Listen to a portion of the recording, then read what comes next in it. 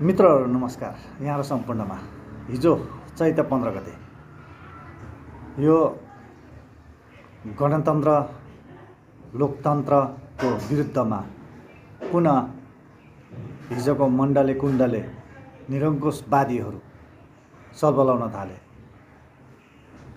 यहाँनिर तपाईँ युवा वर्गलाई थाहा हुनुहुन्न, हिजो निरङ्कुश राजाको पालामा कति बर्बर दयनीय र बोल्न नपाउने र बोल्यो कि त्यो मान्छे सिद्धिने त्यस्तो खालको निरङ्कुश तन्त्र थियो।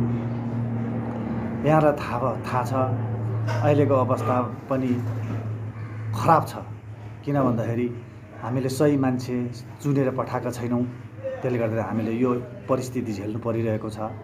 लोकतन्त्रको विकल्पमा हामीले लोकतन्त्र नै खोज्नुपर्छ, न कि व्यवस्था बदल्नलाई पुरानै अवस्थालाई बिउताउने भन्ने प्रसङ्ग हुँदैन। त्यसले गर्दाखेरि तपाईँ हामीले अलिकति गम्भीर भएर सोच्नुपर्छ है। युवाहरूको काखमा छ अब यो देश बनाउने समय नजिकिसक्यो।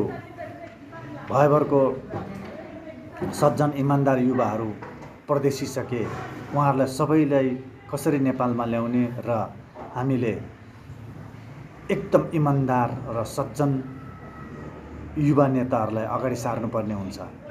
अब यी प्रचण्ड, बाबुराम, माधवे, सिएरे, केपी जस्ता बाजेहरूलाई बिस्तारले किनारा लगाउनुपर्छ, किनभने पुरानो मनस्थितिको चेतना एकदम छिन्न भिन्न भइसकेको र पुरानै परिस्थितिलाई ओल्ड एटिच्युडमा ढाल्नु खोज्ने खालको जोकरपनाहरूलाई हामीले अलिकति साइड लगाउनुपर्छ। त्यसले गर्दाखेरि हामीले पुस्ता हस्तान्तरण गर्दै जाने हो। युवा पुस्ताले अब सक्रियवादी बनेर अगाडि सर्नुपर्छ, बढ्नुपर्छ।